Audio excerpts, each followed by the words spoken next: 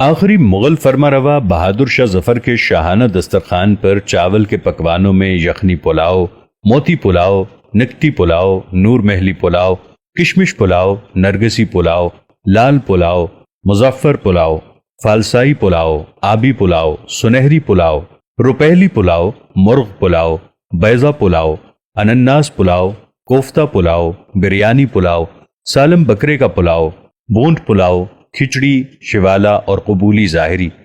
سالنوں میں امید ہے کہ میری طرح آپ نے بھی یہ نام کبھی نہیں سنا ہوگا۔ قلیلہ، دو پیازا، ہرن کا قورمہ، مرغ کا قورمہ، مچھلی، بینگن کا بھرتا، آلو کا بھرتا، چنے کی دال کا بھرتا، بینگن کا دلما، کریلوں کا دلما، بادشاہ پسند کریلے، بادشاہ پسند دال، سیخ کباب، شامی کباب، گولیوں کے کباب، تیتر کے کباب، بٹیر کے کباب، نکتی کباب، خطائی کباب اور حسینی کباب شامل ہوتے تھے۔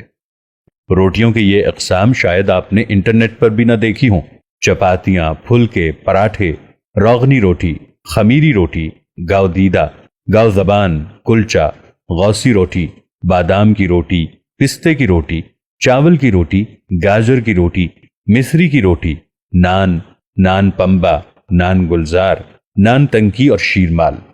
میٹھے کی طرف نظر ڈالیے۔ متنجن، زردہ مظفر، کدو کی کھیر، گاجر کی کھیر، کنگنی کی کھیر، یاقوتی، نمش، روے کا حلوہ، گاجر کا حلوہ، کدو کا حلوہ، ملائی کا حلوہ، بادام کا حلوہ، پستے کا حلوہ، رنگرتے کا حلوہ۔ اب ذرا شاہی دسترخوان کے مربوں سے بھی باخبر ہو لیجئے۔ مربے ان قسموں کے ہوتے تھے: آم کا مربع، سیب کا مربع، بہی کا مربع، ترنج کا مربع، کریلے کا مربع، رنگترے کا مربع، لیموں کا مربع، انناس کا مربع، گھڑل کا مربع، ککروندے کا مربع، بانس کا مربع۔ کھانے کے بعد میٹھا بھی ضروری ہے۔ لذت دہن کے لیے تو اس شاہی دسترخوان کی مٹھائیوں کی اقسام یہ ہوتی تھی: جلیبی، امرتی، برفی، پھینی، قلاقند، موتی، موتی پاک، بالو شاہی، در بہشت، اندرسے کی گولیاں، حلوہ سوہن، حلوہ حبشی، حلوہ گوندے کا، حلوہ پیڑی کا، لڈو موتی چور کے، مونگے کے، بادام کے، پستے کے، ملاتی کے، لوزیم مونگ کی، دودھ کی، پستے کی، بادام کی، جامن کی، رنگرتے کی، فالسے کی، پیٹھے کی مٹھائی اور پستہ مغزی۔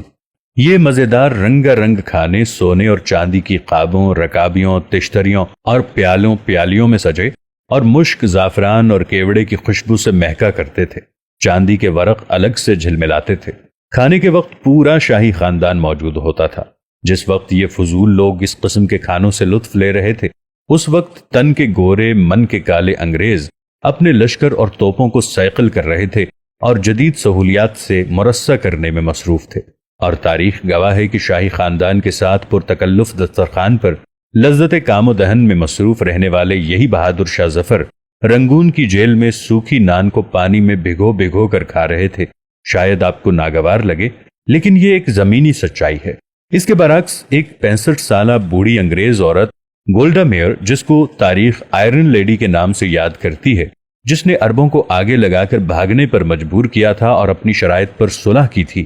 اس سے واشنگٹن پوسٹ کے ایک صحافی نے پوچھا تھا کہ میڈم، آپ نے امریکہ کے ساتھ اسلحہ خریدنے کے لیے جنگ کے دوران ایک انتہائی مہنگی ڈیل کی تھی، حالانکہ اس وقت اسرائیل کی معیشت بہت زیادہ خراب تھی، جس کی وجہ سے آپ کے خلاف مظاہرے بھی ہوئے تھے،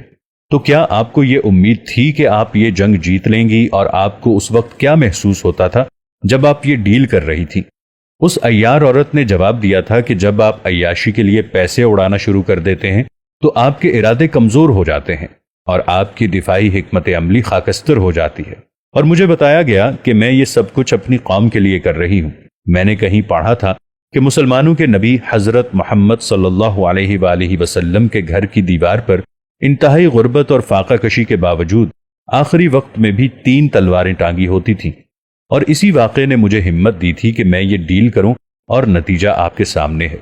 آج بحیثیت مسلمان ہم پستی و گراوٹ کی جن حدود کو چھو رہے ہیں، اللہ ہی رحم کرے، کیونکہ 200 منزلہ عمارتیں بنانے کے لیے اور ایک رات میں ڈانسرز پر 50 کروڑ روپے اڑانے کے لیے تو ہمارے پاس بہت کچھ ہے، جبکہ غریب مسلم ممالک میں بچے ایک وقت کی روٹی بھی حاصل نہیں کر سکتے، پینے کا پانی نہیں ہے، باقی سہولیات تو بہت بعد میں آتی ہیں۔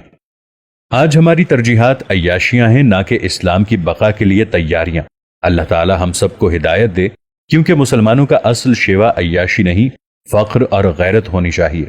موجودہ فلسطینی معاملے میں بھی بالآخر جیت اسرائیل ہی کی ہوگی، کیونکہ ہمارے مسلمان سربراہان کے ناپاک اجسام کو گندگی کے ڈھیر اور عیاشی کے سامان امریکہ اور اسرائیل ہی فراہم کرتے ہیں، اور یہ بے غیرت اس کے بغیر رہ نہیں سکتے۔ اسی کا نتیجہ یہ ہے کہ آج متحدہ عرب امارات کے عیاش سربراہان مملکت نے اسرائیل جیسے مسلم دشمن ملک کو نہ صرف یہ کہ تسلیم کر لیا ہے، بلکہ ان کے ساتھ مفاہمت و معاہدے بھی طے کر لیے گئے ہیں۔